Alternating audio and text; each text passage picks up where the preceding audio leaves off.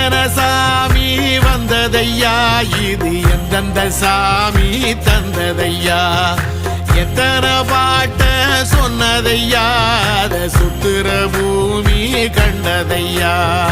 அடிச்சு வீசும் காத்துலையும் அந்த தகப்பனாச சுத்துதையா, பிடிச்சு பூக்கும் விதையிலும் ஒரு வம்சத்து கதையே உள்ளதையா,